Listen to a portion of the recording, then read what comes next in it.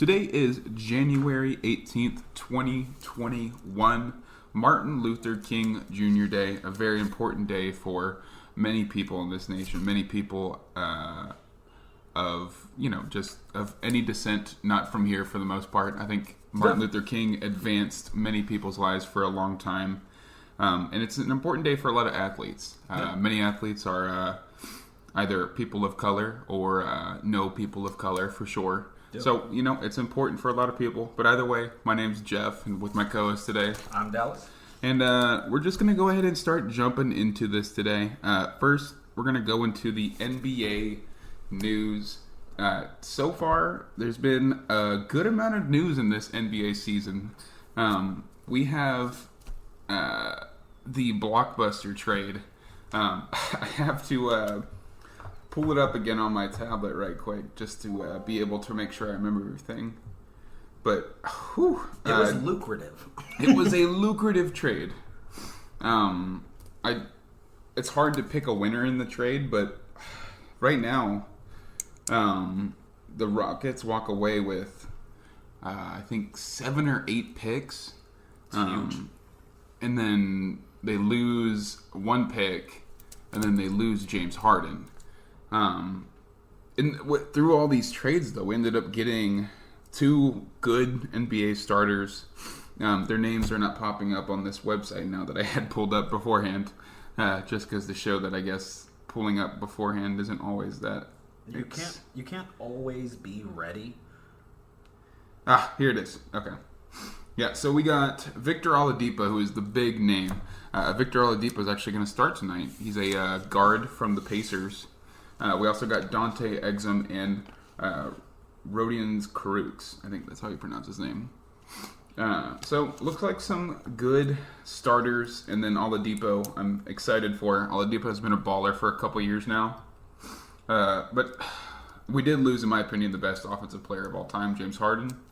So, it's a catch-22, Yeah, I am an amateur at current NBA teams, but I've looked at what he did for your team, and it seemed like he almost had a Tom Brady presence in the sense of his way or the highway. He wanted to get a lot of guys in there to help him, and no matter what the reason was, it seemed like it never clicked. I don't know why. Yeah, with the Rockets were weird because it was like we were always so reliant on Harden. Yeah, there was never anything to back up Harden. It was like the offense ran only through him. There were never any it wasn't until we got Russell Westbrook when we actually had a second superstar in the team. We have Eric Gordon, who's a hard worker, PJ Tucker, hard worker. Recently acquired Christian Wood this year, another just solid overall player. But we haven't last year we didn't have a center at all. No one was over. I think Harden was the tallest guy at 6'5". And correct me if I'm wrong, but Harden seems to have this mentality that he's a shooter. I see him on the outside a lot, or at least he was in the Nets game. Oh, Harden is absolutely a shooter. Yeah. So you got your tallest guy on the outside. Exactly. Yeah, he's a shooting guard by nature. Yeah. So it's tough to when you don't have anyone in the middle, especially when you're going against the Lakers, who are just stacked on big men. Yeah, every position. Kuzma, James, Davis. It's just where do you start? And even the little guys can ball out just as well as the little guys for the Rockets could last year. So the Rockets just didn't stand a chance in the playoffs, unfortunately. I root for them no matter what. But I think this is a good way to kind of separate ourselves from Harden. Because I feel like we were just way too dependent on him. But he debuted with his 30-point triple-double with the Nets, which is just such Harden fashion. Yeah. Triple-double meaning he got double-digit assists. What is it? Assists, points, and rebounds. Yep. Exactly. And then it scored 30 points, which is just if you score 30 points in a game, you've had a really good game. Yeah. And I think his career high is 61, 62 maybe. I watched one of his career highs live. Nice. Wow. Yeah, he that same season, I think it was last year or the year before, he had scored 62 points in a game at Madison Square Garden in New York, and then he came to Houston a couple months later and did the exact same thing in Houston against the Spurs. Damn. And I watched that game, which I was super excited for. Nice. Yeah, but either way, I'm a Harden fan. I'll root for him no matter where he goes. But the other teams in this trade, they didn't walk away empty-handed. The Nets literally only got James Harden while losing 7 picks and 4 players. God. So, I mean, but they have 3 former MVPs on their team now. Yeah. Actually, is Kyrie an MVP? I don't remember if Kyrie was, but I know at least 2 MVPs because Kevin Durant and James Harden have both had MVPs. If they can all figure out the positions they want to be on that team and all execute, I don't think it matters who the other guys are you have out there. Those 3 are just scary. Yeah, I agree. And the Pacers just moved their pick up a year, so their 2024 pick, they traded with the Rockets to get a 2023 second-round pick. And then they traded Victor Oladipo also for Karis LeVert. So Victor Oladipo going to the Rockets. And then with the Cavaliers, they bring in Jared Allen and Taurean Prince while they send out the Dante Exum. That's the one who went to the Rockets. And as well a first-round pick from the Bucks and a second-round pick of their own. So, the Rockets walk away with a king's bounty. But, who knows if this is what's going to pay off for them in the future, Yeah, it's a lot of picks, but really, can you get a talent like him with any of those picks? Exactly. Yeah, it's hard to say, how can you replicate James Harden? Because I don't think you can. I don't know. I think he's just so generational. Even, a LeBron James is not as dominant, in my opinion, on offense. But what he makes up in passing capabilities and defense and being just a sheer dominant and leader. Yeah. That's what he makes up with in comparison to James Harden. James Harden is just he can beat anyone in a 1v1. Yeah, James Harden's good at everything. Yeah, everything offensive side. Yeah. Well, that is that much for that trade. I'm going to go to a couple other quick stories. Kevin Porter Jr., shooting guard for the Cavaliers. He's going to be released/traded. Not sure what's going to happen yet, but he got into a screaming match with the staff. Ooh. Yeah, so I don't think he's a terrible shooting guard. He's definitely a good starter in the NBA. He might be a sixth man. I'm not sure off the top of my head. But Kevin Porter is going to be gone from Cleveland. Might be a cheap pickup if, Rockets just losing the best shooting guard ever, Yeah. The 7th player tested positive for coronavirus on the Wizards. So they do not have 8 players to play. They will not be playing any games for the time being. The Wizards is the landing spot of Russell Westbrook in this offseason. He was a Rocket last year and previously played for the OKC Thunder. So we'll have to see what happens with that. It's the NBA actually does the contact tracing as well. Yeah. So if a player is in contact, they also trace that player and see who other players they went in contact with. I think it's a little bit more like they've kind of almost track the players instead of the NFL where they kind of just the quarterback room one of the quarterback room guys got sick, so everyone in the quarterback room's sick, Yeah, that sounds smarter, especially because in the NBA I feel like it's not as dictated as to who goes where. Yeah. A bit more of an organic locker room.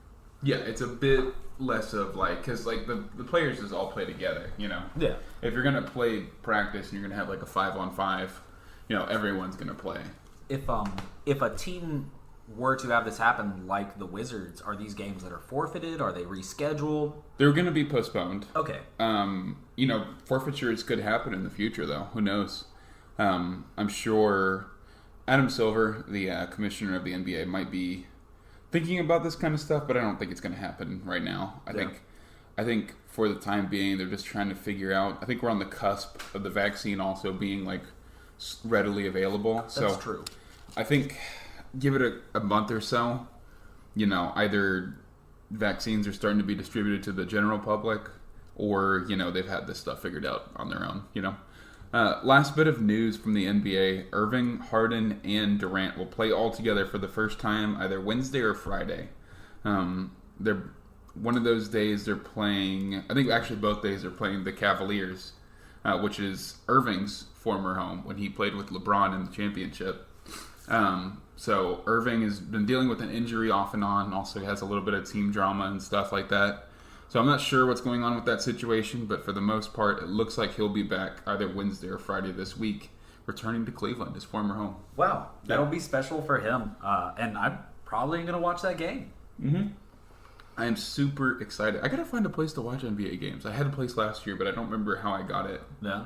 But yeah, anyway, let's go next to our coaching carousel. That was all for NBA news this week. We actually just grabbed a bunch of notes from some articles and just collab and put all that together to find our what coaches have been moved around the NFL, because there's a lot. Yeah, a lot has happened. I mean, just last time we were talking hypotheticals of so many of these teams, and now most of them have people. Yeah. Jacksonville Jaguars, Urban Meyer. New York Jets got Robert Salah. I'd like to... Do you want to just run down them first, or do you want to Oh, just some big names. I mean, those two were kind of my big guys. Yeah. Surprised that Robert took the Jets job. That one was on the 14th. He was San Francisco's defensive coordinator last year. Did a magnificent job. Yeah, I mean, he's always been a good defensive coordinator for them. So it's just, I look at the 49ers and I'm like, where do they go from now?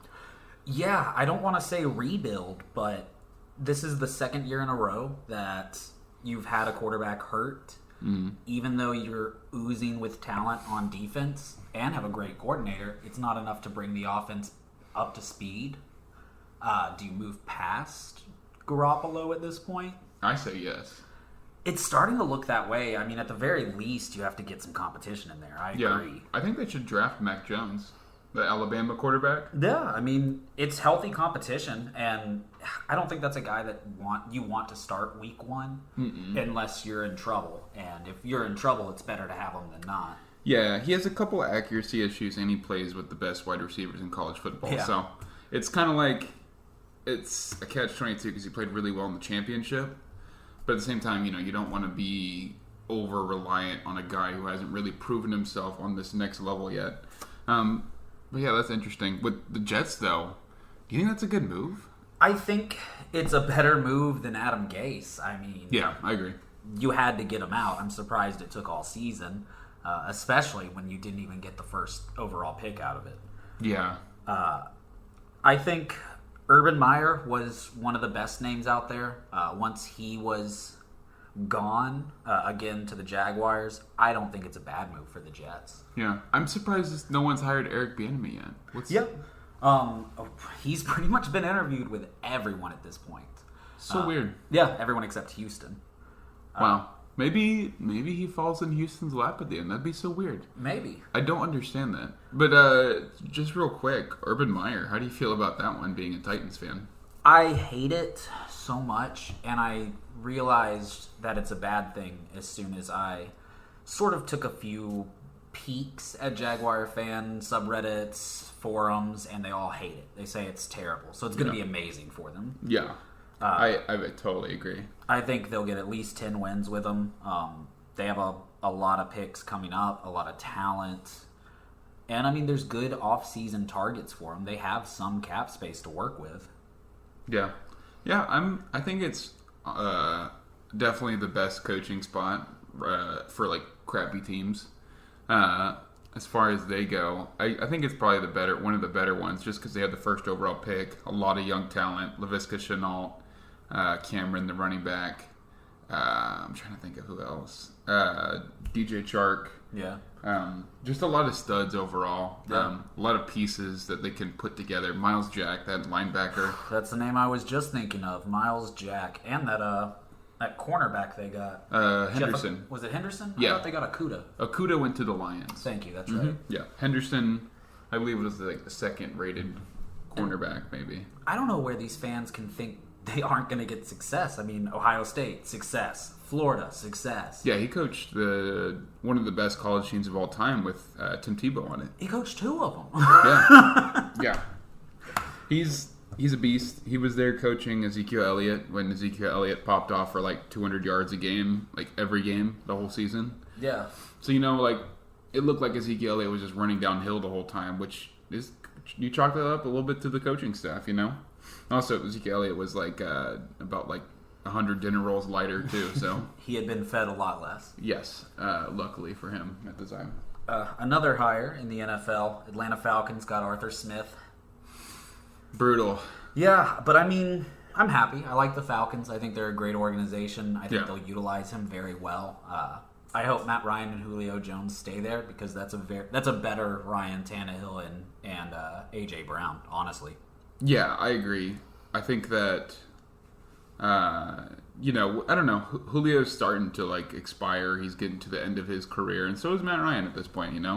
But I think they'll still maybe be able to redeem a couple good years being with a good offensive coordinator and who's now their head coach, Arthur Smith. Yeah. Arthur Smith had one of the best offenses in the last, I think, 10 years, back-to-back. Yeah. The last 2 seasons as offensive coordinator, his only 2 offensive coordinator seasons with us. Phenomenal job, really. Mm-hmm. Hate to see him go. Yeah. And you said that he's worked his way up all the way from, like, janitorial staff, right? Yeah. I believe it was janitorial or, like, kitchen. It was a very minor role, maybe even some sort of laundry role. And just slowly for 20 years, as long as the organization has been there practically, worked his way up. So very bittersweet to see him go. But yeah, it's awesome to see him get a win, but it also sucks to lose him. Yeah, and I mean, head coach job, that's the dream. Oh yeah. There's only 32 spots, and most of them are going to be held for a long time. So the next guy actually is who I thought who was going to get Arthur Smith. That's the Chargers. They got Brandon Staley. Yeah, why do you take that guy when you have Eric Bieniemy available? I don't know. I feel like everyone saw that Eric Bieniemy was like the top rated guy. He gets in people's faces. He has good. He helps Andy Reid come up with the game plan. He's a good coordinator. Yeah. Even if he's not calling the plays, he's at least a Andy Reid. Comes from the Andy Reid tree. So at least you can look at that and be like, well, he's had success, And I know the Rams' defense is good, but what you said, Eric Bieniemy's there. Other guys are there. Why do you pull the trigger? Yeah, I don't know. The Chargers have always been a cheap organization, and they interviewed Jason Garrett. I saw that. Yeah, I was just like, why? Come on, Jason Garrett had 10 years, and he got to the playoffs twice. So it's just not meant to be. I don't know what's wrong with the Chargers. I guess they're just kind of shuffling their feet along as long as they can stay moderately relevant because of their quarterback. They can just waste his years forever. I hope not. I mean, the quarterback play last year was insane. Yeah. I would dare say this is a downgrade at head coach. Yeah, I'm totally with you. I mean, but you look at their last head coach, Anthony Lynn. Where did he come from? I know that a lot of people liked him, inside the NFL liked him. Yeah. But at the same time, nice guys don't always win games, No, and I mean, he didn't this year. Exactly, yeah. What's our next hire? Well, that, I think, is all of the head coach hirings. There are a few that seem to be favorites. Detroit Lions, of course, still need a head coach. They've already interviewed a lot of people. Eric Bieniemy's already had an interview there. Who knows if that'll be it. The favorite is Dan Campbell, Saints assistant head coach and the tight end coach. I saw that. I was like, why that guy? I don't know. I mean, I'm all a fan of giving new guys a shot, but if there's a proven guy like Eric Bieniemy, I don't know. Maybe there's something more to it. Yeah, Marvin Lewis and Todd Bowles were both expected to be interviewed. Marvin Lewis was. Todd Bowles was canceled. So really? It's interesting that these offensive minds seem to be favorites, and they still are interviewing defensive guys. I mean, I kind of think they should lean towards defense. Yeah, I mean, with you bring in young talent like Jeff Okuda, you have Robert Griffin there now. You have talent there around the Lions organization on the defensive side for sure. It is kind of like puts a lot of question marks around it when you're like, continue to hire, or when you fail to hire anyone like up until now when there's so many good names out there. Yeah. I mean, I think Marvin Lewis is a great head coach too. Yeah. He made the playoffs like 6 years in a row. Even if he lost every playoff game he was in, he made it. Yeah. Most head coaches will never do that. And Todd Bowles' Buccaneers defense is just scary. I know they have some talent there, but just this week, I mean, middle linebackers are getting multiple picks. Yeah, for sure. We'll see what happens with the Lions. The next team is probably the most interesting, the Houston Texans. Oh, God. They've officially requested a interview with Eric Bieniemy. Good for them. It's too late. In the meantime, they had completed 5 interviews before even putting that request in. So, I mean, if you're Deshaun Watson, you're livid. Do you have any of the names of people that they interviewed? Oh, yeah, absolutely. Joe Brady, Panthers offensive coordinator. I believe that was the first. One of the more favored I saw was Jim Caldwell, former Lions and Colts head coach. Okay. I liked what he did with the Lions, honestly. Yeah. Matt Eberflus, the Colts defensive coordinator. Not a name I'm in love with. Yeah. Leslie Frazier, Bills assistant head coach and defensive coordinator. Great guy. I think he should get a job this offseason. Yeah. What was his name again? I'm sorry. No, you're fine. Leslie Frazier. Leslie Frazier. Gotcha. Yeah, Bills. I mean, if you're associated with the Bills at all, it's almost like being associated with the Chiefs now. Yeah, I agree. And then the last one was Marvin Lewis. Wow. Okay. Yeah, a few more planned, but it seems like if there's any hope of salvaging your quarterback relationship, it's getting Eric. Yeah, I agree. I think that the only way that they could keep Watson in a reasonable way where he would actually want to win games again is if they hired the guy he wanted. Yeah, and even then, it's a stretch. It really is. Yeah. In the meantime, a team that did get an interview with Eric Bieniemy, Jacksonville Jaguars, really? Of course, didn't hire him. Already has Urban Meyer, but yeah. Eric Bieniemy did complete a interview with the Jaguars beforehand, so he was available. Interesting. The Jaguars, I mean, they were cutthroat. Raheem Morris is another one that they interviewed. He did great with the Falcons head coach job when he had it. Yeah, I agree. And then Robert Salah, the 49ers defensive coordinator. I mean, just all of those are very efficient interviews. I'm very scared of the Jaguars next year. Yeah, they seem with their... I think they have a newer owner. I think he's been newer within the last few years. I believe you're right. But they seem more on the path of we want to win. They made it to the AFC Championship a few years ago and lost to Brady. Upset the Steelers in the divisional round. So, it's when you go from that to where you are now with the first overall pick in, I think, 3 years. It's you gotta reevaluate everything that you've done so far. And you're such a different identity than when you were Saxonville, upsetting Pittsburgh, upsetting Duval. Yeah, I mean, Jalen Ramsey's gone. Miles is still there, but wasn't Ngakoue there? Ngakoue? No. Was he a Jaguar or am I crazy? It doesn't matter. Yeah, I think he was. I think he's a Raven. Yeah, I believe that. He got traded to the Vikings, and the Vikings traded him to the Ravens. That's right. Yeah. Yep, that's right. Interesting to see what their identity will be next year. They don't really have many excuses. I agree. I think that they need to figure out where to go next from here.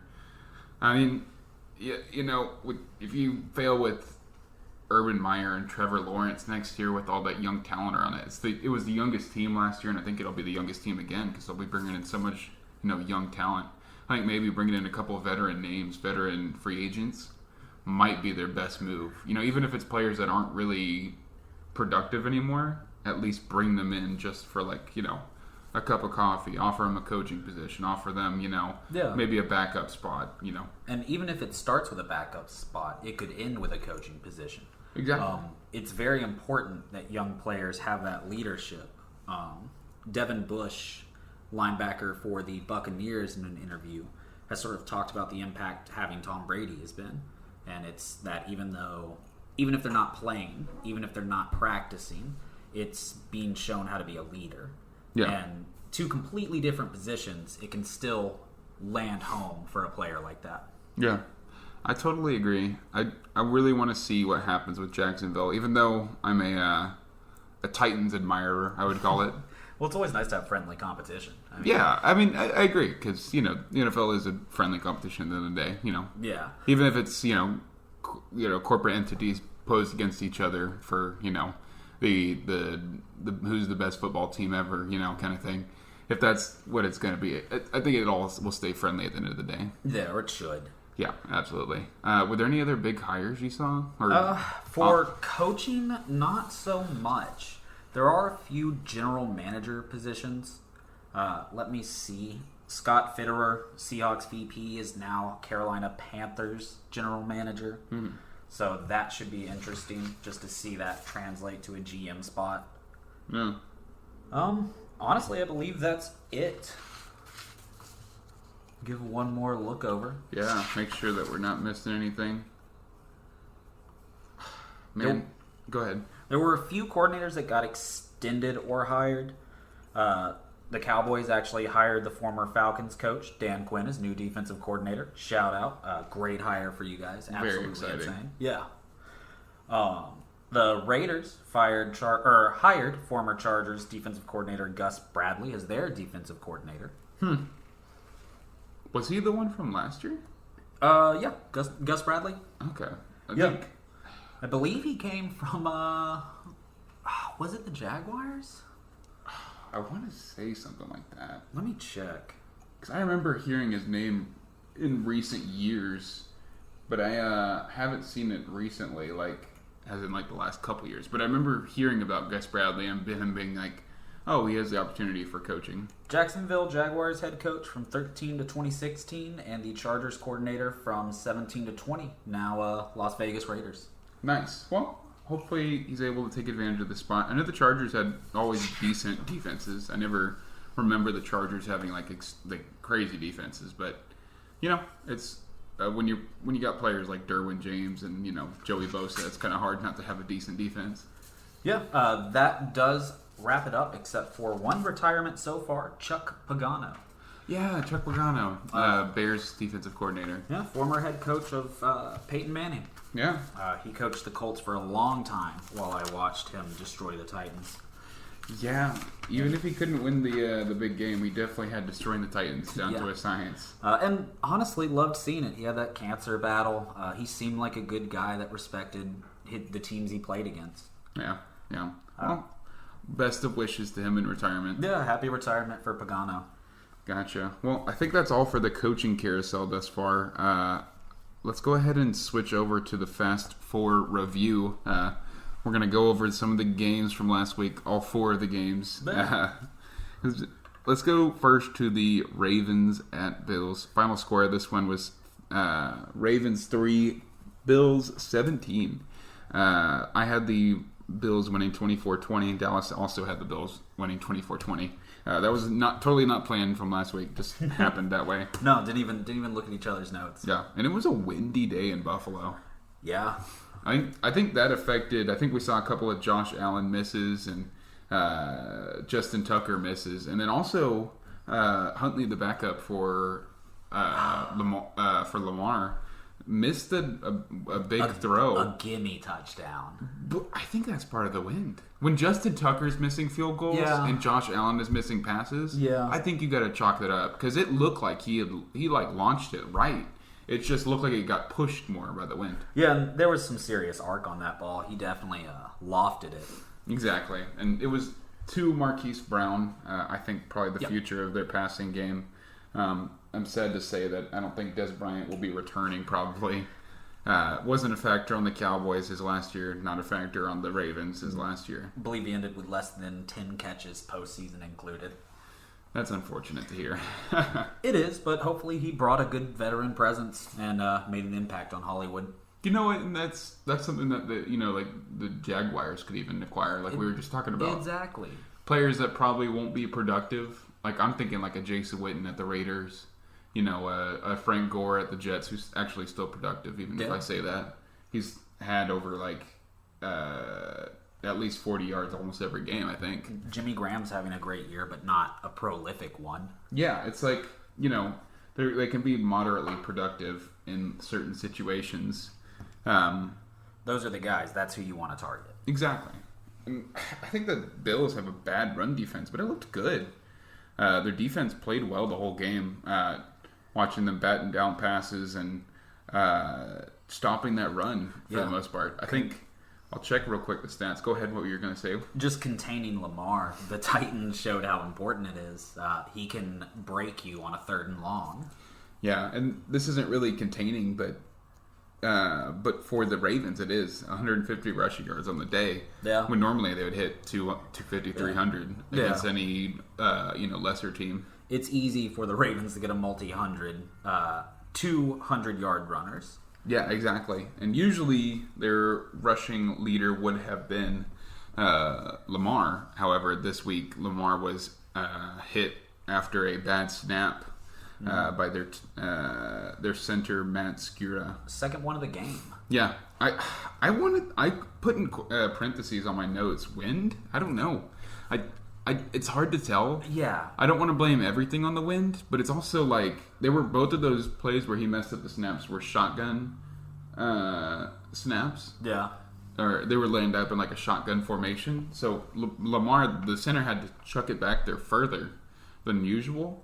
So I don't know. I don't know if it was the wind interfering at all.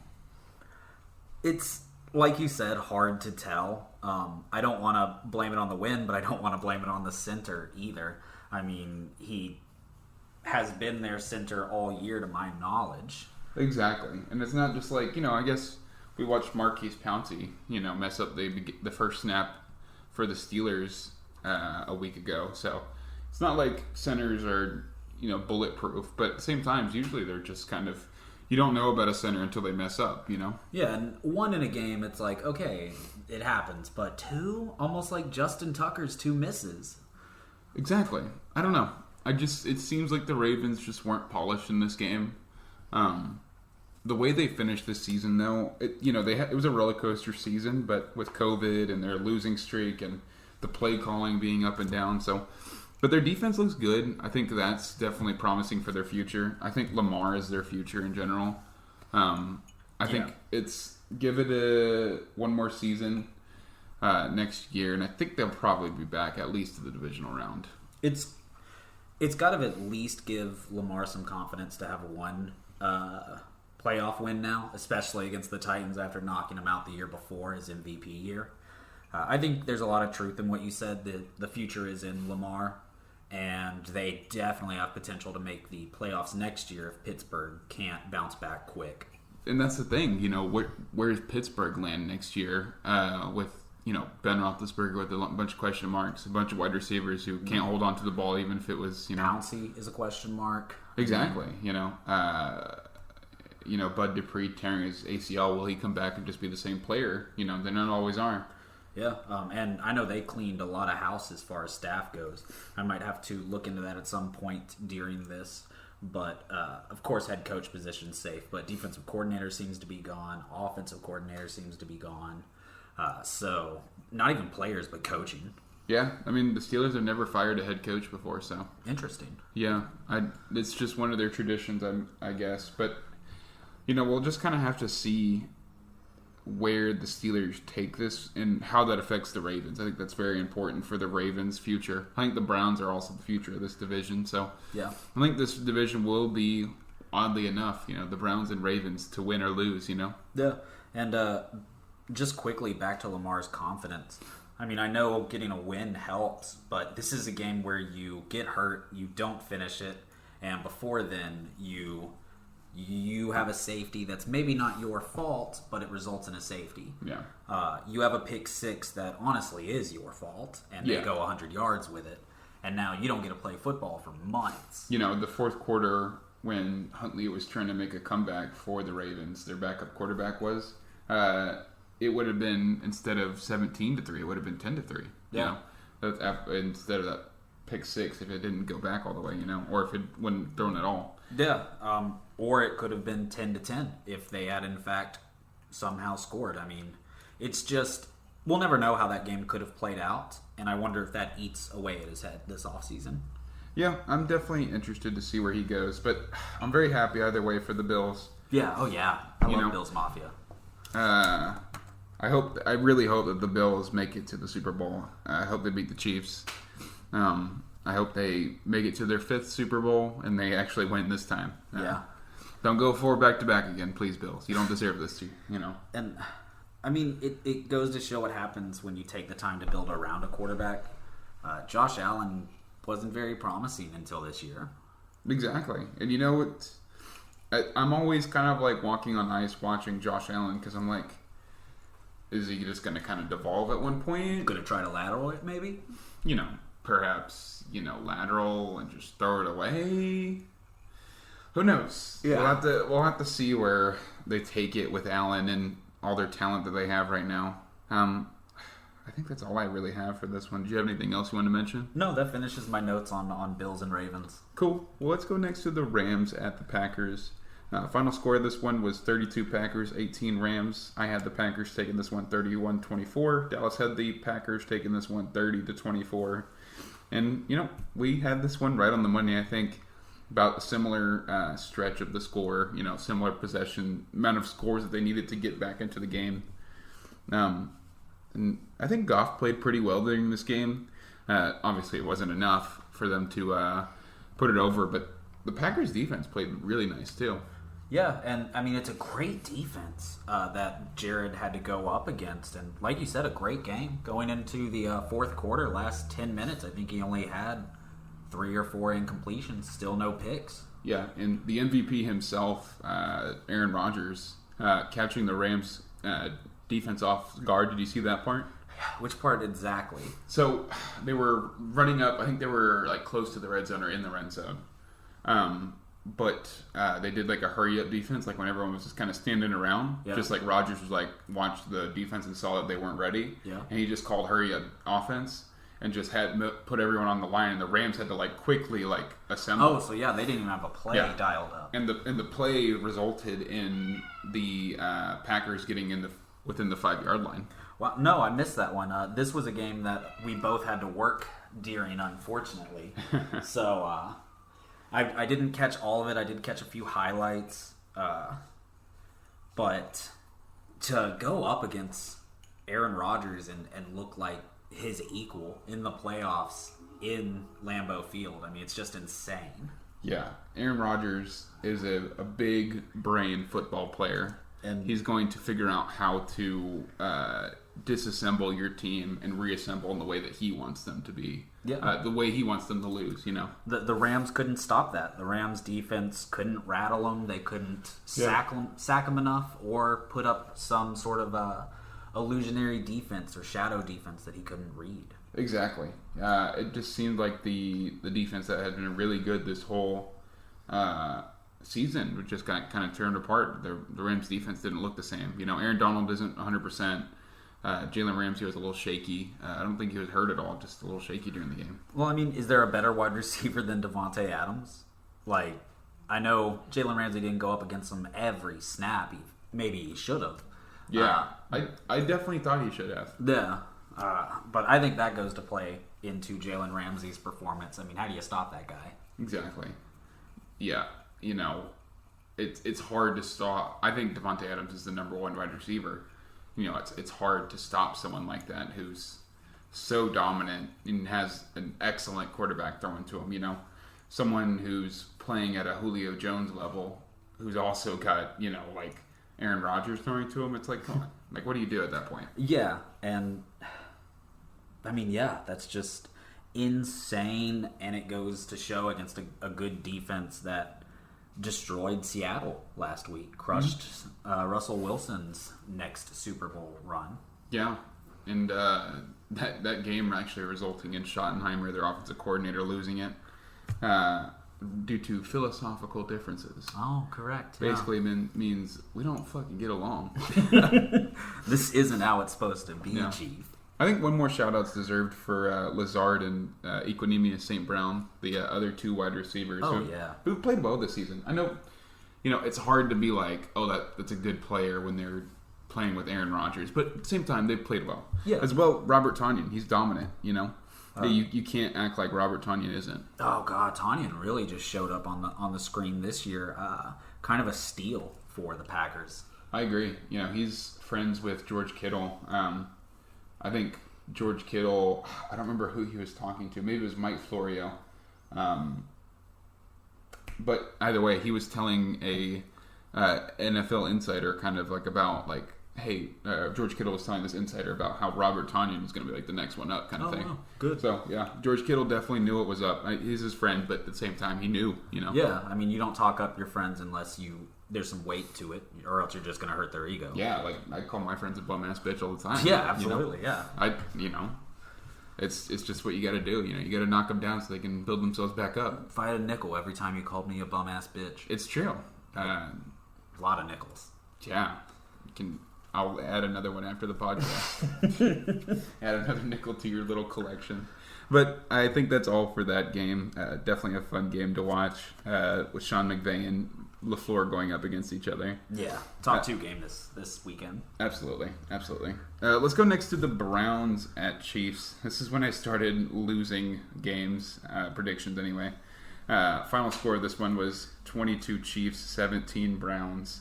I predicted the Browns to win 31-30. Dallas had the Chiefs winning 44-26. I really wanted this for the Browns. The Browns deserved it. Shout out to Nate. He wanted the Browns to have this so bad.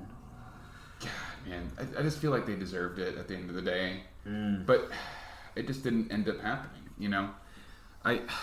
After so many years of just being put down, and whatever opinions people have about their fan base, the people who are across the table from me about their fan base. I have some thoughts on it.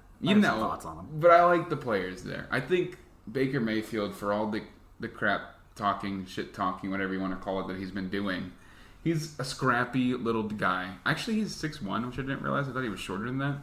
But either way, he's a littler guy for the NFL, and he's scrappy. And he's got like a short man's mentality, and he's balled this last few games. He's definitely been more than just a bottom tier quarterback. I think he should the whole team should keep their head up high, honestly, from coaching to players. To go up against the Chiefs is a Super Bowl, so hard to beat, and for just a second when Mahomes went down, it seemed like it was meant to be. Yeah, and then Chad Henne threw up that punt in the end zone. Oh, yeah, just bad. Yeah, it was not a good throw at all. Not a lot of wind there, either. No, I think it was a very still day. But genuinely, I hate the Browns, but they proved Pittsburgh wrong, played damn well against the Chiefs, and I think they'll be in the playoffs again. I think they showed that they aren't posers and Pittsburgh was, and I think I like that a lot because I don't like the Corvette. I don't like the Mapletron, whatever, getting a nickname in your rookie year. I don't like the all this hyping up. Ben Roethlisberger's back and beautiful again. It's like, no, he's not. Yeah. He's got a porn addiction. No, but yeah, he's none of these players are back. They were not back this year. It was a faux, top team. They had a 11 win streak, and that's all they really deserved. Yeah, it fell apart, and it fell apart fast. There was no keeping that ship afloat once they started to lose. Yeah, I agree. I think, Mike Tomlin's got to find a way to get his locker room under control because it was just ridiculous to see. They just kept giving the other teams bulletin board material. Yeah, kind of gross. Yeah, but back to the Browns though. This is it sucked because I watched Did you watch the final series where where it looked like they were just going to kind of run down the clock and punt it on 4th and inches? The Chiefs were. Yeah, and the Andy Andy Reid just dialed up this like wonderful play where he just had Chad Henne throw it to Tyreek Hill. Yeah.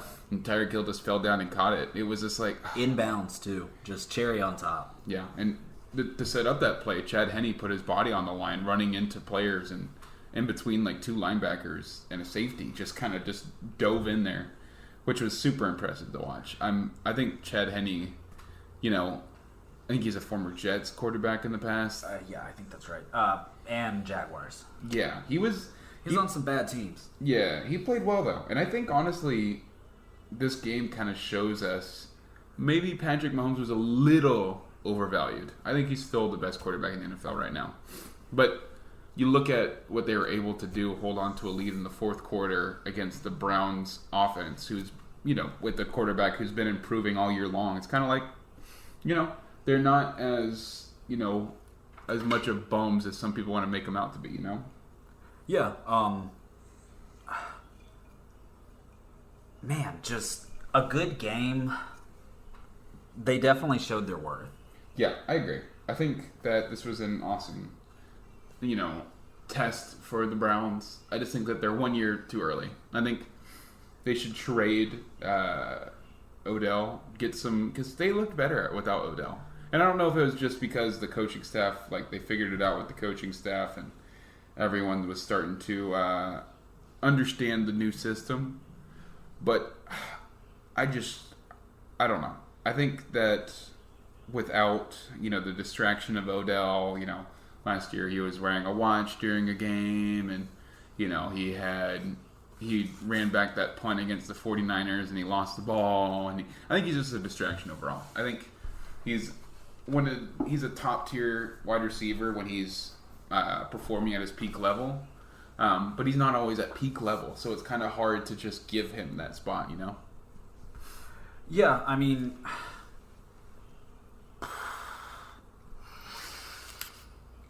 sorry, run that by me one more time. No, you're good. You're good. I know you were taking notes while I was saying that, so don't worry about it. Yeah, I didn't lose my train. I was just going to say, like, Odell is like a top tier wide receiver, but it just seemed like he was more of a distraction than what he was worth.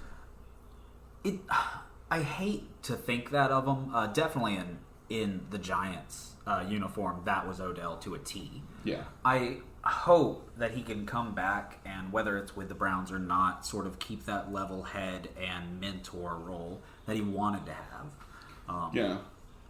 It's just hard to think of a team that needs that.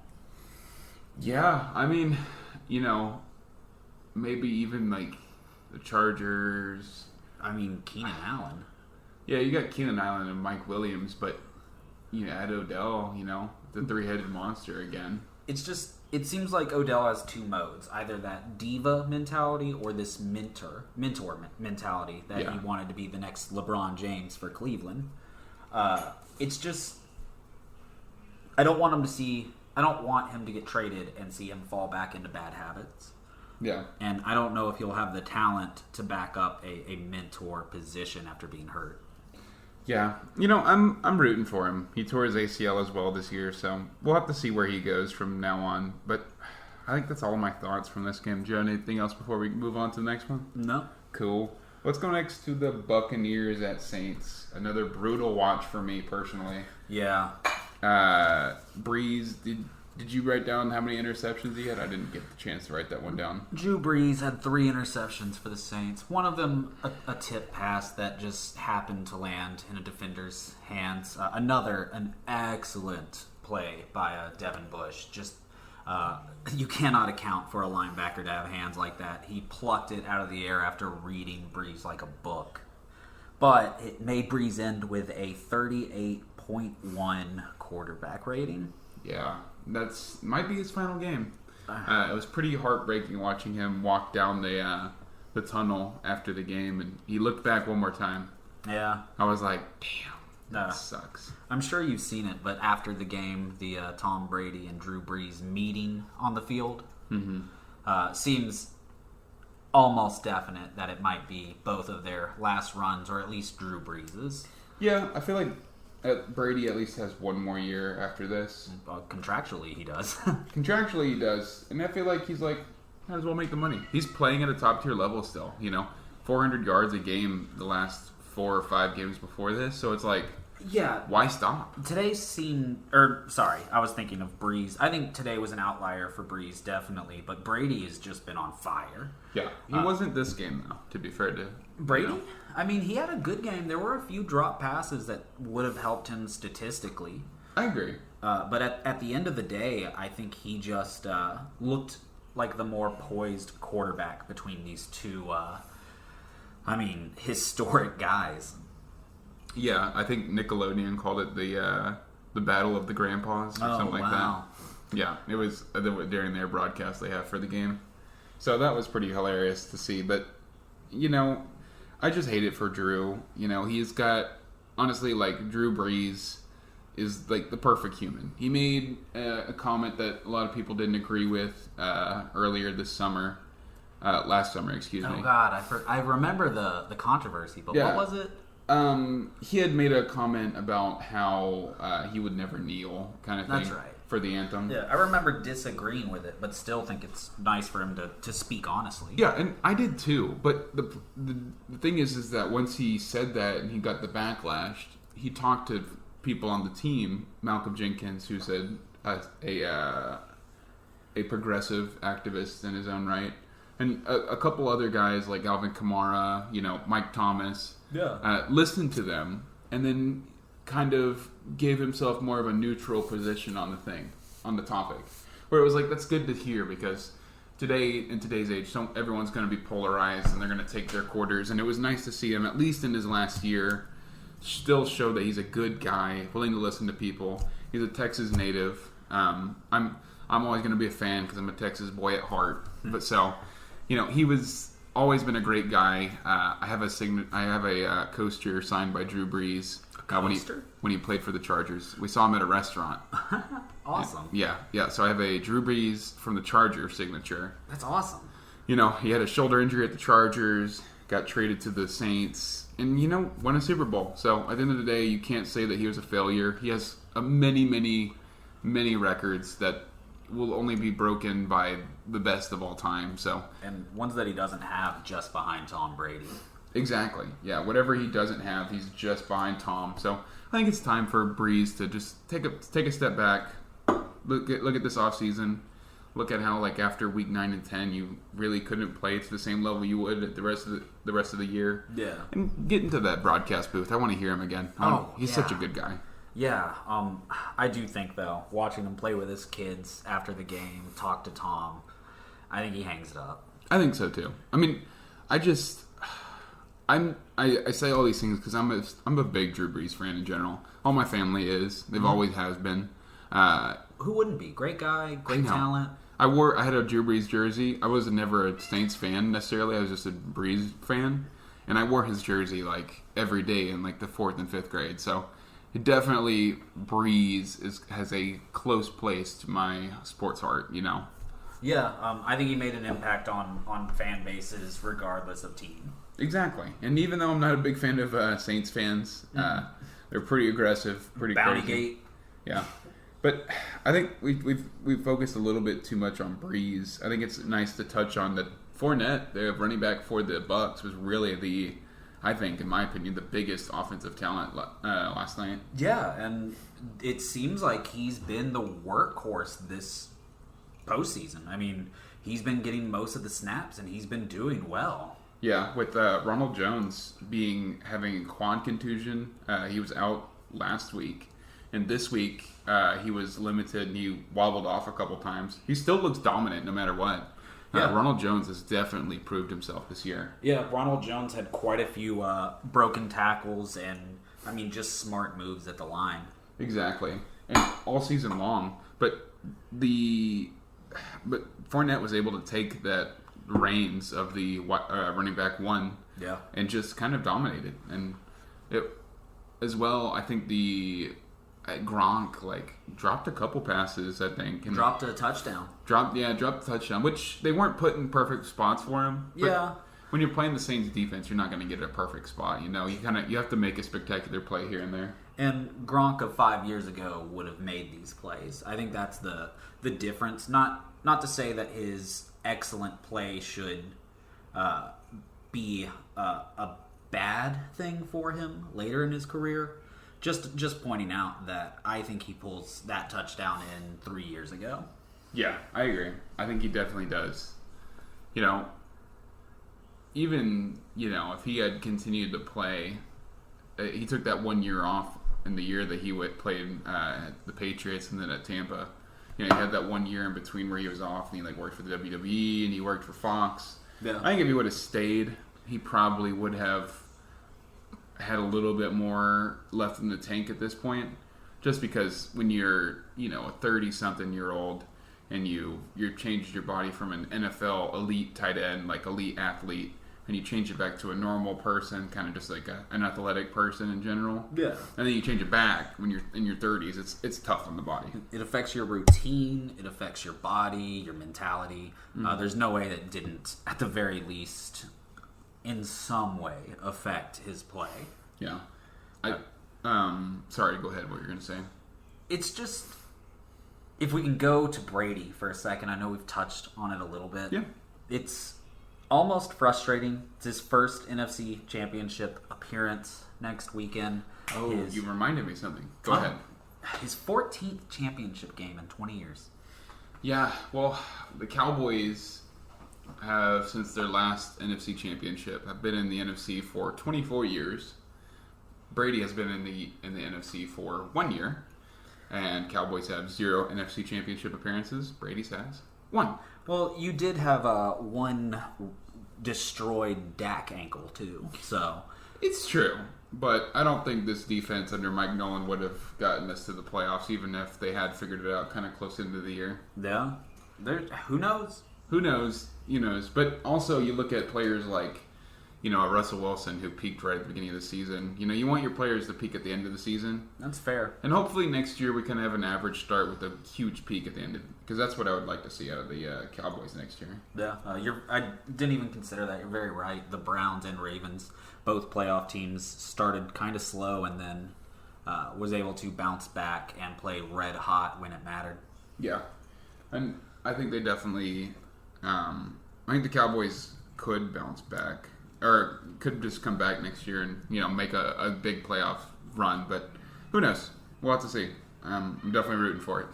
I did have one more question about Brady, specifically for you, because I haven't made my mind up yet. Is the Brady-Belichick debate over, with Belichick not in the playoffs and Brady looking to be running for another Super Bowl? I thought about this in the car today. I was driving to get a haircut, and I was thinking, is it kind of getting close to Belichick's end in New England? And, if Belichick retires in the next 3 years, are we looking at a different conversation? Or, I don't know. I think that Tom Brady is definitely... the best quarterback of all time. Most successful, if you're not going to call him the best.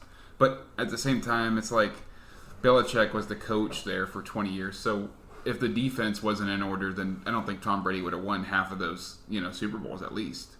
At the very least, the Seahawks game. Yeah, it was won on a defensive interception. So yeah, that's a good point. Why I wanted to ask you about it. I don't know if we can call it yet, but I wanted to ask. I think Brady wins this year. Yeah. I think the conversation with Brady versus Belichick, which I think is a silly conversation. I like it. I'm a fan of it, but I think it's silly at the same time because I'm like, they're both were successful. Yeah. You can't diminish one man's successes. If some Randy, if N'Keal Harry won a Super Bowl with Brady, and then either way, if N'Keal Harry is garbage for the rest of his career, he won a Super Bowl. He has a Super Bowl ring. That's true. And we don't really gauge in the NFL. There's so many moving pieces that it takes to win. Yeah. Especially win a Super Bowl. So it's kind of like, in my opinion, I think it's just kind of a multitude of factors that result in it looking like it's Brady who's on top right now. But I just think that there's too many factors in the NFL to gauge. I think Brady is a huge part of their success. I won't ever diminish him because I'm a fan. I would love to continue to see his legend be reborn for several years. But I'm just not sold that it's Belichick wasn't a good coach, or Belichick was an average coach with an incredible quarterback. Yeah. You talk about the cogs moving and just the whole machine that is a full roster. A good point, too, is where each rebounded. Brady gets Bruce Arians, one of the best coaches of all time. And Belichick gets Cam Bum Arm Newton. Yeah, bum arm, bum foot, bum personality. Cool dress code, though. Guy has style. I like the way he dresses. Yeah. He drips, He does. I like the way that you have it framed. Brady wins this year. Yeah, I think so too. I think that's the best way to look at it, because if you want to diminish Belichick's accomplishments, you give Belichick a Mac Jones next year, a solid little guy who can kind of perform at a high level in the college playoffs. See where you can go with Belichick. You give him a solid run game. All of his opt-outs from this year, I think they had 8 opt-outs just on the defense, including Patrick Chung and Hightower. Yeah. So it's like we got to give him time. We'll give him a little bit more time. But I think we'll go ahead and toss it to a quick break if you're okay with that. Yeah, that works out great for me. Yeah, when we're back from the break, we'll do the NFC Championship preview. But we'll be right back after we empty our bladders. We are back from the break. Bladders have been emptied. Thoughts have been gathered. Back actually with a representative of the pack himself, my stepdad Chuck. We added him on a call to get his opinion on the Packers so far. I want to start first with, what do you think about how the Packers played last week? So, I got to be honest, last week I was a little nervous about, that's just the kind of game that sometimes the Packers come out flat, but they didn't, and that's been the cool thing about them this season, is they just come out, they've taken care of business, gotten their lead, and then held on. So I actually thought the defense played great. That was surprising for both of us, because the Packers defense always has kind of been a little weak with the run, but they looked really good last week. Yeah. Yeah, and I think Aaron Donald was more hurt than people let on. Exactly. And I think they did a great job of shutting him down. So yeah. I definitely watched a good bit of it last week. I was at work, unfortunately, but we got to put it on the TV, so I got a chance to watch it a little bit. Yeah, and the Rams defense, like you said, that's a scary defense. You have the best pass rusher, Aaron Donald, and the best cornerback, Jalen Ramsey. Well, that was the other thing that I personally, just being a Packers fan, loved, because that touchdown that Devontae Adams scored, they set him up and crossed the motion and took Jalen out of the picture and stuff. It was just a great play of breaking loose, because that's one thing. Ramsey's been phenomenal this year against everybody, and Devontae didn't necessarily light it up, but he absolutely did his part. So yeah. That play specifically, he really turned the Jets on and showed the speed, didn't let Jalen Ramsey have a chance to line up. Easy touchdown. Yep, exactly. It was a pretty cool design. I think the offense LaFleur has brought to Green Bay has been pretty awesome, and Aaron Rodgers just seems to love it. Yeah, I think it definitely gives him being a little bit older now, gives him some time to be in the pocket, because they run the ball more often than they did before. Yep. Yeah. But let's go ahead and talk about the NFC Championship. I think this game's going to be a lot of fun. I'm sure, being a homer, you have a team that you're rooting for this week. Well, I'm definitely rooting for them. A little nervous. I mean, Tampa took them apart pretty good early in the year, but I think in Lambeau, I feel pretty good about it. Yeah, last time it was in Lambeau too, but this time it's much colder. Hopefully, Brady's brittle bones at this point might not fare as well in the winter weather. Yeah. I mean, exactly what you said, but the Packs are firing on all cylinders right now. They never turned it off. Yep. Yeah, they scored. I didn't realize. I mean, it's weird facts and stats, but they scored on their first 5 possessions last week, and that's the first time in the playoffs and stuff. And they've got a game plan. They're coming out, they're executing. And Aaron Rodgers, the game just seems so slow to him right now. So. Yeah, it seems like he's playing in slow-mo, like in the Matrix. He's able to throw it wherever he wants, kind of. And he's got a big, beautiful mind that he's definitely using. Exactly. Yeah, with this week, though, Tampa Bay is coming in hot off of the win against the Saints, the team that embarrassed them last week. So I think it'll be interesting. They have a good run game. That defense is just looking like stellar. Yeah. I think the Packers will probably, the next defense up from that, besides like maybe the Rams or the Bears, But right. Honestly, I think the one like big thing that the Green Bay Packers have up on the Bucs is that they've had a chance to rest a little bit. It looks like a lot of I watched a lot of the Bucs players go out last week. So I think that might be an advantage overall. And, also you got A.J. Dillon and Aaron Jones and Aaron Rodgers and Devontae Adams and Robert Tonyan. It's a hard offense to beat with a good defense to back it up. Yeah. Well, I think you're 100% right. I think, A.J. Dillon, their third back. I mean, they've managed to keep all the running backs' legs fresh and that receiving core and, Scanling and Lazard. All these guys are just coming through. It's funny, they got roasted for not drafting any, primetime offensive threats, and it looks like that's what they're full of now. So exactly, even like Equinemius St. Brown, Yep. It's just so many players who have made a name this year for themselves who would probably, honestly, I almost chalk it up solely to Aaron Rodgers kind of being on a revenge tour. It seems like he was like, don't draft another quarterback when you have me. Exactly. He said, son, sit over here and watch this. Exactly. Yeah, hold my beer, Jordan Love. Yeah. Yep. Cool. Well, there's no question I'm definitely biased, but I feel pretty good. I think,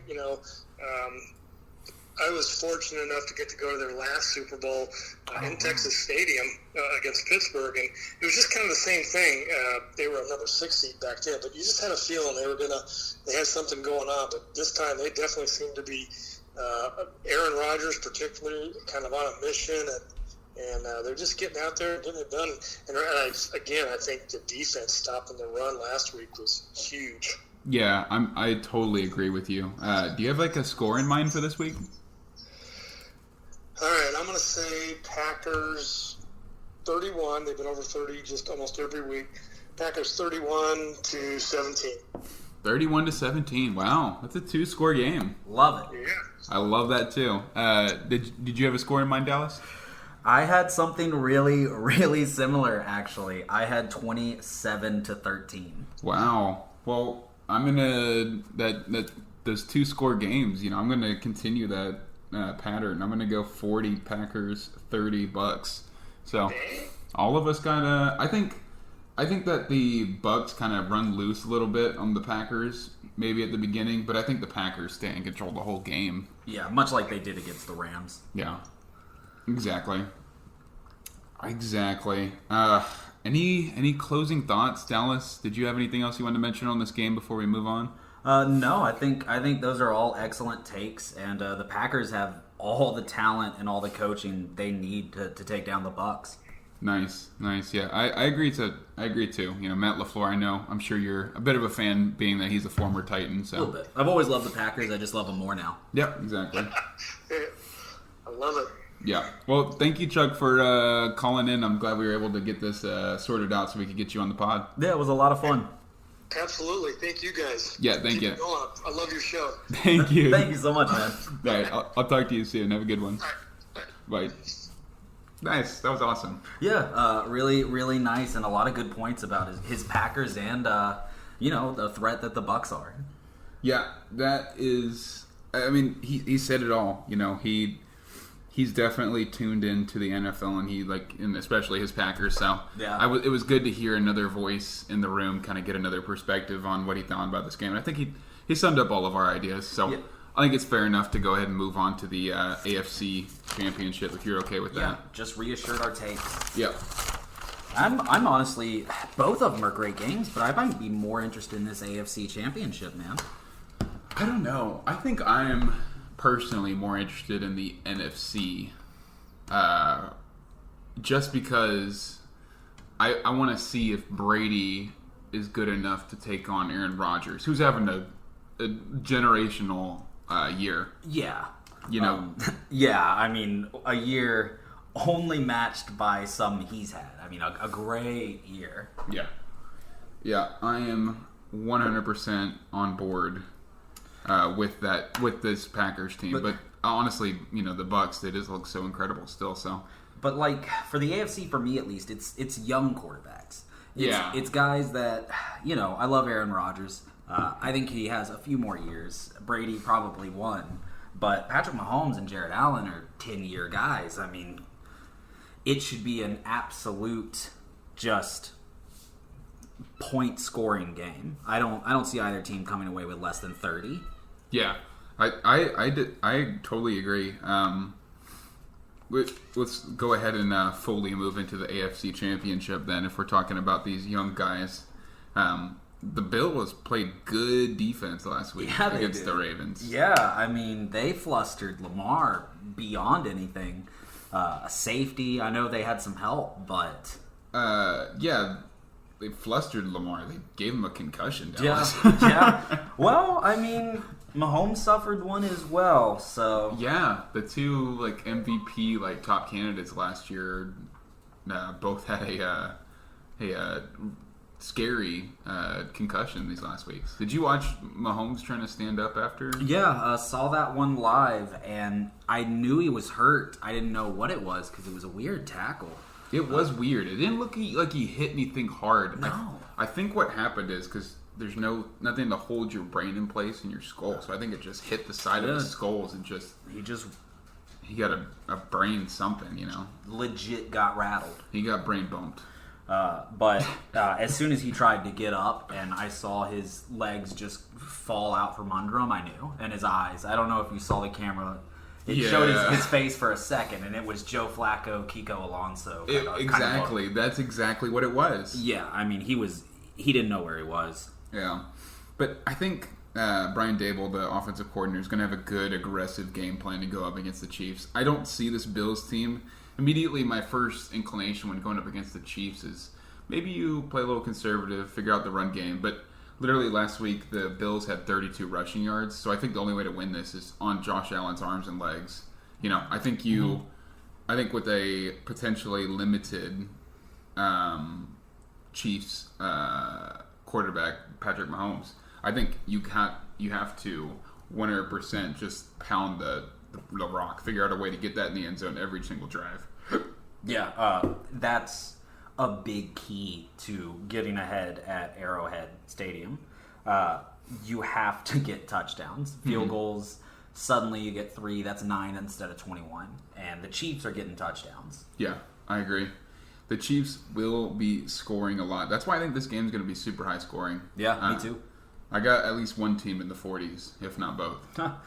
I've got one team in the 50s, Jeff. I almost pulled the trigger on that. But real quick, I just want to give props to the Chiefs. They have a tough defense. Yeah. Even if it's not the best defense ever, it's tough. Yeah. Andy Reid's an incredible play caller. Just a dominant offense all around. Tyreek Hill, Sammy Watkins, Robinson. You have so many wide receivers. Mecole Hardman. You have wide receiver tight ends like Travis Kelce. Yeah. Who's I think was leader in receiving yards all year for a tight end, which is just incredible. Yeah.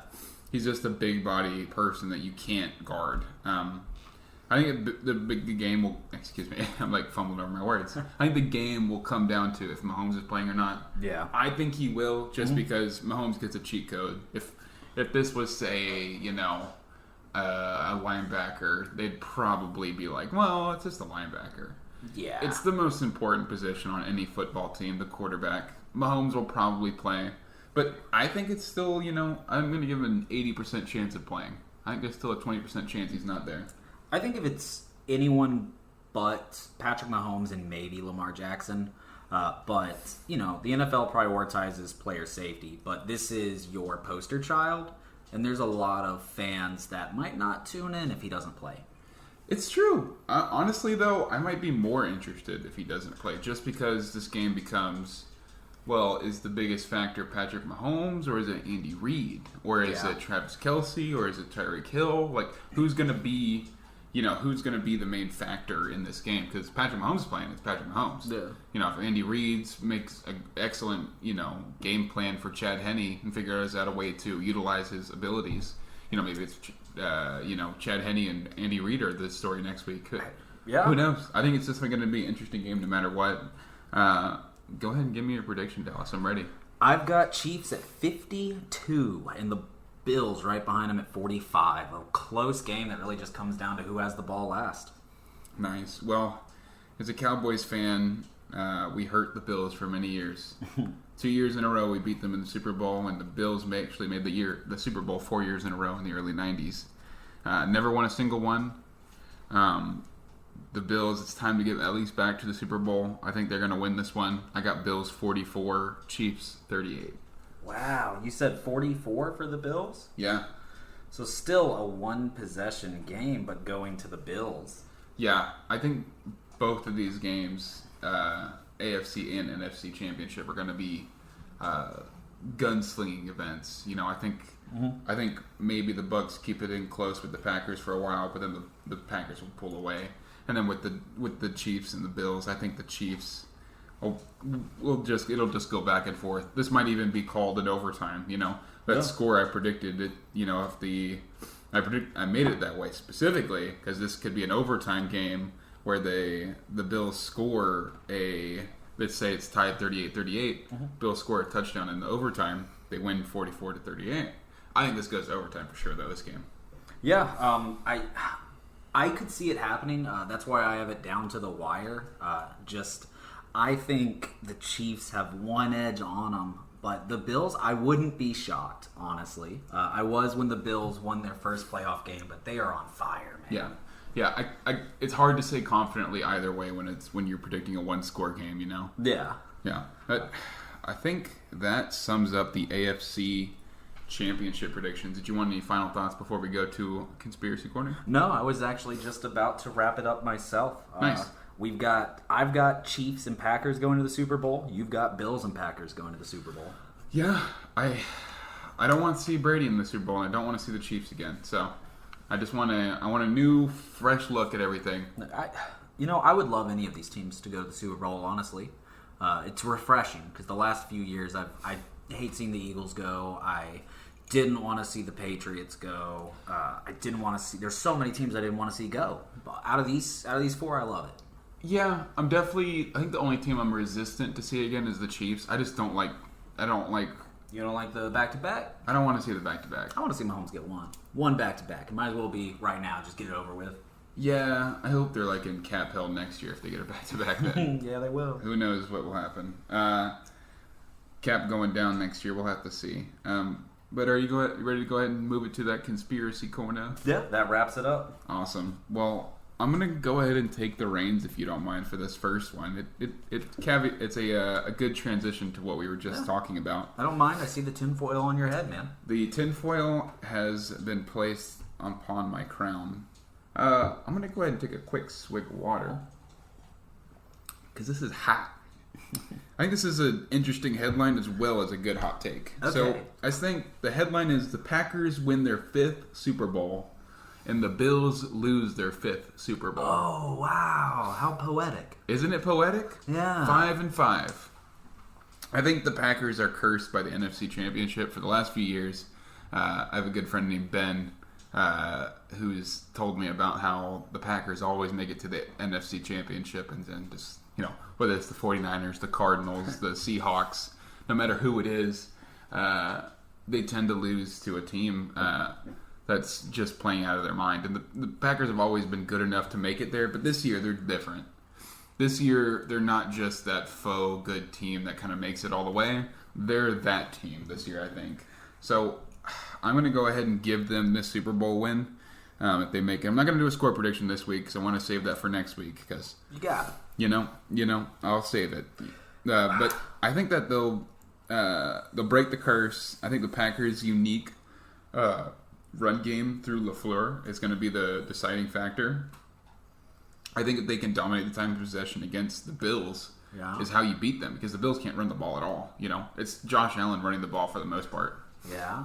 Yeah. So that's the majority of what I think. I think also Aaron's arm is going to be a big factor, but being that this is the Super Bowl, I think LaFleur might be a little more resistant to just kind of like letting Aaron cook kind of thing. Mm-hmm. I think in the Super Bowl, you kind of have to look at it like this is your only shot. You don't want to take enormous chances, but you got to take a couple. And I think at least 2 or 3 times in the Super Bowl, Aaron Rodgers makes an incredible pass on the play action or just a shotgun pass after a long run series. But overall, I think the Packers will dominate this game if they make it to the Super Bowl. I mean, I have them going. You have them going. So it sounds like they're going to dominate. I think so. My predictions, the Chiefs still could make it. They were my AFC team previously. We'll have to see where they take it from now. But I could still be, my earlier predictions still could be right. I'm just not too sold on it yet. That's all for that take, though. Did you want to give us another take? Yeah, I think you'll be surprised by this one almost the most. The Browns are the only team in their division to get positive wins next season. Really? I think so. So you don't think the Ravens get a positive record? I don't think not the even Ravens, 9-7. Not the Steelers, and not the Bengals. Wow.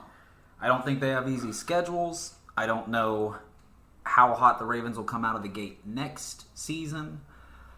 And, I mean, Pittsburgh, I think, will be worse. Yeah, I think Pittsburgh will be worse, especially if Big Ben decides to come back, which it sounds like he will because he owes them a $12 million check if he doesn't come back. Yeah. So it's like, would you rather pay $12 million or suck at football for another year? I'm going to go with suck at football. Yeah, suck he will. There's a lot of kickers and punters who suck at football who play every year, I think it's a matter of time until Lamar gets figured out or his athleticism dwindles to the point where he can't be this explosive guy you just can't cover. Yeah. It starts with a concussion in the postseason and could just sort of topple into a worse situation. I hate to think that, but I just think I think his longevity is sort of starting to expire. At least a healthy Lamar. You're not calling for it to happen. No. But it's when you look at the history of mobile quarterbacks, the Michael Vicks, the whoever you want to call it, even like the Dak Prescott, you watch him get out of the pocket and they're super vulnerable. When you get 1-on-1 and it's just you and a guy in front of you, you're liable to get hurt, especially if you've been in a cushy pocket for the majority of the game. Yeah, and with the way the Ravens have to look at this next draft, I don't think. I don't know how they can get better as a roster, and how much more can John Harbaugh really juice into this team that's new. Exactly. I don't know. I feel like John Harbaugh might start to lose kind of that edge that he had before. This is a new regime almost with him at the helm again. And, the play calling was sketchy this year. Greg Roman was probably up for a coaching hire, head coaching hire, if he would have continued what he did last year. So, I don't know. I'm interested to see what happens with this team, but I don't know. I'm gonna have to hot take in the other direction and say that the Ravens at least go positive. At least 9-7. I think they're the one outlier, but they have to be able to consistently beat everyone in their division. And I think the only 2 guaranteed wins there is Pittsburgh. Yeah. Yeah, I think so too. And that's why I give them the edge. I think they can at least get 7 wins total. I think just divisional games, they might at least beat the Browns once. Yeah. I think it's that's the only way. But yeah, I'm with you that I think the Browns win this division next year, though. At least It's a lot more possible than people think. I think they might be the team to beat in the AFC North in the future. Yep. Do you have another conspiracy to bounce off of that one? I do. Is yours a NFL one? Do you have another one for the NFL? Yes. I do. Okay. You go ahead and do yours because mine's about the NBA. Well, I'm not happy to say it, and I would love to be wrong, but I don't know if Ryan Tannehill ever has another season like the last two. It's not. Arthur Smith is gone. I mean, A.J. Brown will continue to be explosive. Derrick Henry will continue to be explosive. But it just seemed like something, like a match in heaven. I don't know if this new offensive coordinator and perhaps a new offensive scheme, I'm just afraid Tannehill will become the Miami Tannehill. So maybe this is more a conspiracy for me to lower my expectations, but I don't know if we see him, 36 touchdowns, 9 interceptions, something very close to that at the end of the season. I just don't think Titans fans should have that as the expectation moving forward. Yeah, I definitely feel like you can anticipate maybe a little bit of a slowdown, but the way he's playing, it would be so strange for him to kind of flip the switch, you know? Yeah. I think it's smart not to give yourself too high of hopes, though. I think, you know what? I don't know if he'll like have a Miami Tannehill year, but maybe like a Mariota year, you know? Yeah, and I mean, another aspect of it isn't just Arthur Smith. I mean, Jonnu Smith and Corey Davis are both free agents. I don't think we keep both, and one of those is a huge blow. Yeah. God forbid both. Yeah, hopefully y'all are able to retain at least one, being that you're going to have to reshape your whole offense. And you need as much talent as you can get at that point, you know? Yeah, the way our defense played, absolutely. And, yeah, that's tough. That's tough. I do like that take, though. Yeah, Not that I don't know if necessarily it's going to happen, but I enjoy that take. It feels raw. It's straight from my heart, and something just like my last one. I think people aren't really thinking about it just yet, but it makes sense. Right. Well, are you done with that take? That wraps my takes up. My tinfoil hat's off. The floor is yours. Well, I'm going to go back to the NBA that we started with the show with. Last week, something happened that was pretty crazy. A 4-way trade involving who I regard as the best, most dominant offensive player ever, even beating out the likes of much more well-rounded players such as Jordan and James and all the names you want to throw at the wall, you know. All of those players who have had 100-point games or whatever, you know, Bryant. Steph? Yeah. Wow. James Harden was just different. He could never put it together in the postseason, which really at the end of the day is what matters. But for whatever reason, that boy different. He's different. You watch him, he just makes... If any player in NBA history plays a one-on-one with James Harden, they lose. That's why I say that. Yeah.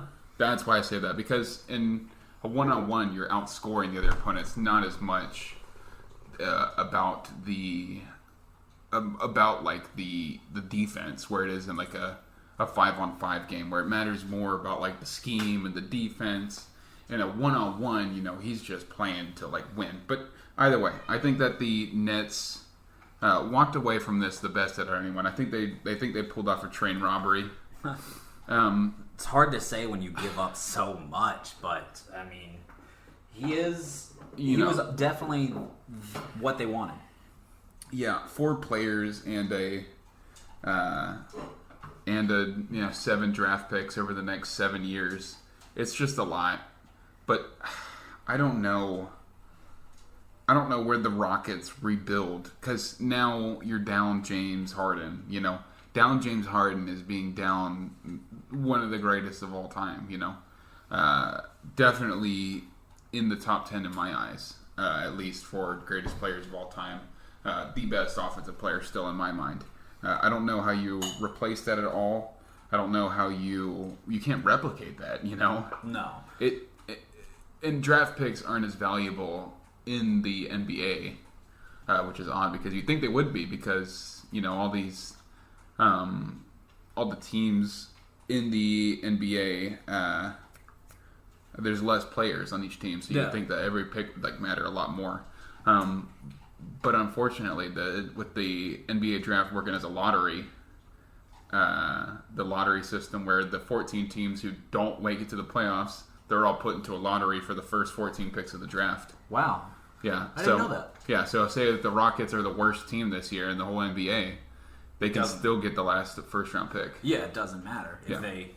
If they're the worst or just barely miss the playoffs, it could be 1 through 14. Damn. Yep, it does not matter. That's how the Pelicans got Zion Williamson.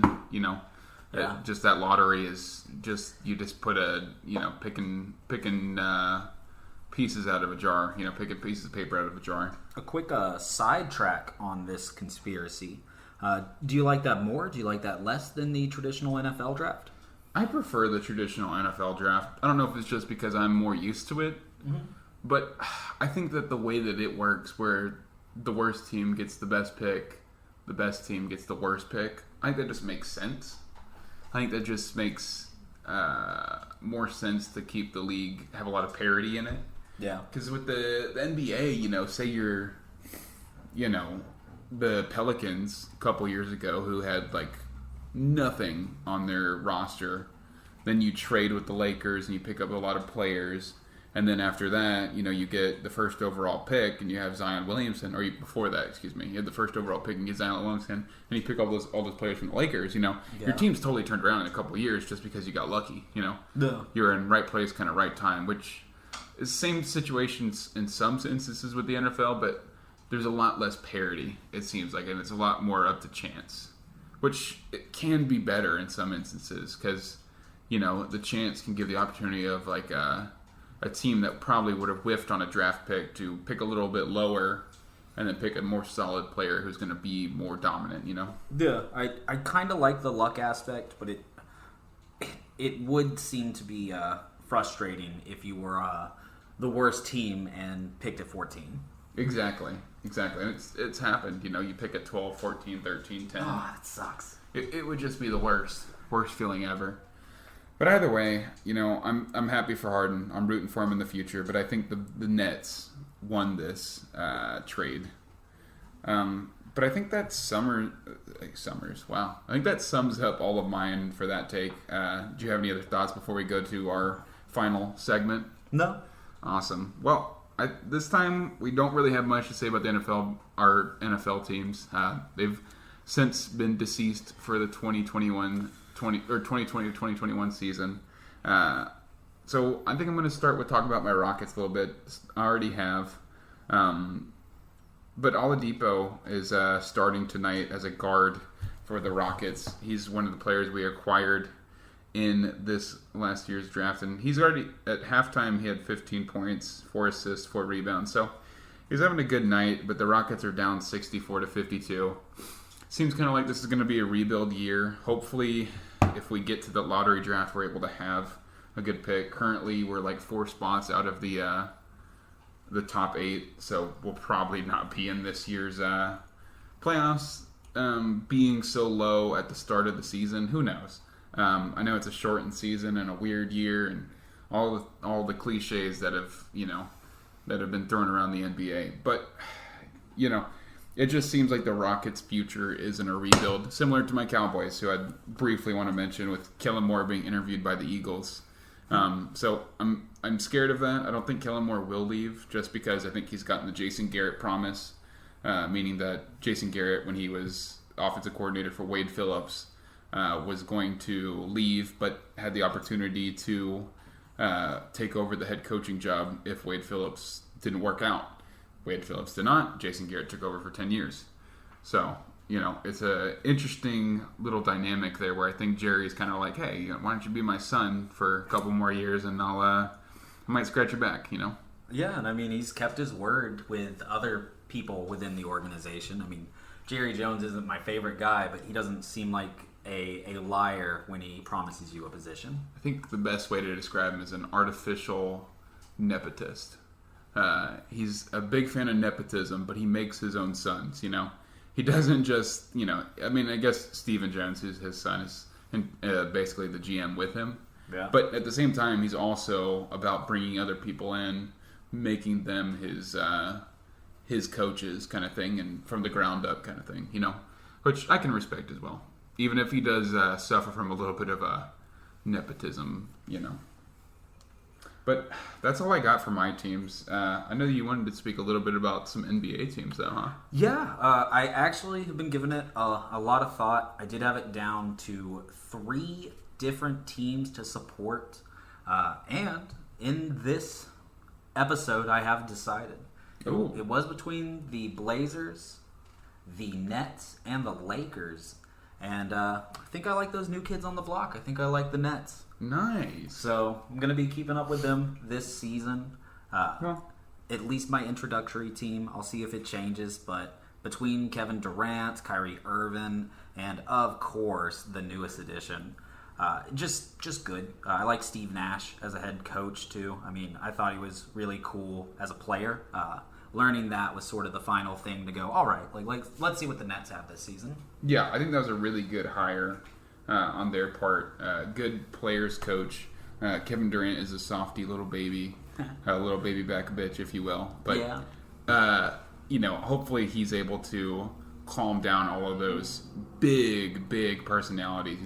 Kevin Durant being the softy, James Harden having the ego, even Kyrie Irving's ego, It's a lot to balance in that locker room. I think it's a player's coach is the best move for them. So I think you think you're following a good team. Yeah, I'm excited to see what they have today, beating the Bucks by 2 points, barely holding on to the lead. Yeah. Hopefully, we'll see where the season goes. Yeah, the Bucks having last year's MVP Giannis Antetokounmpo at power forward, so they're a team to be reckoned with. They were in the Eastern Conference Finals, I believe, last year as well. Actually, no. I don't think they made it. I think they actually got upset in the second round of the playoffs. I don't think they made it to the Eastern Conference Finals. But, that team is still dominant in the regular season, so I think those Nets will be a force to be reckoned with for a good while now. It should be a lot of fun to watch. Yeah, I think, honestly, real quick before we wrap up the episode, the whole super teams right now, the gathering of, super teams has really been how the NBA has worked for a while now. I think the Rockets attempted it last year with the Westbrook acquisition. Yeah. This year it's going to be the James Harden, Kyrie Irving, Nets, whatever, Kevin Durant.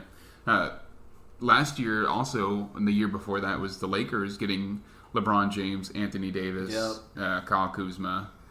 So there have been a lot of big blockbuster trades that have resulted, even the Clippers last year, getting Kawhi Leonard, PG-13, and Lou Williams, and Sweat, and all those guys all together.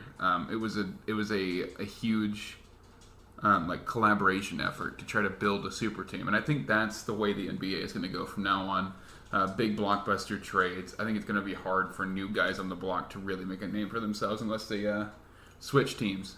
Yeah, and I mean, even the Lakers this year, one of the reasons they were one of my finalists, I mean, they still have LeBron, Anthony Davis, Dennis Schroeder, Kyle Kuzma, Alex Caruso. I mean, a great team.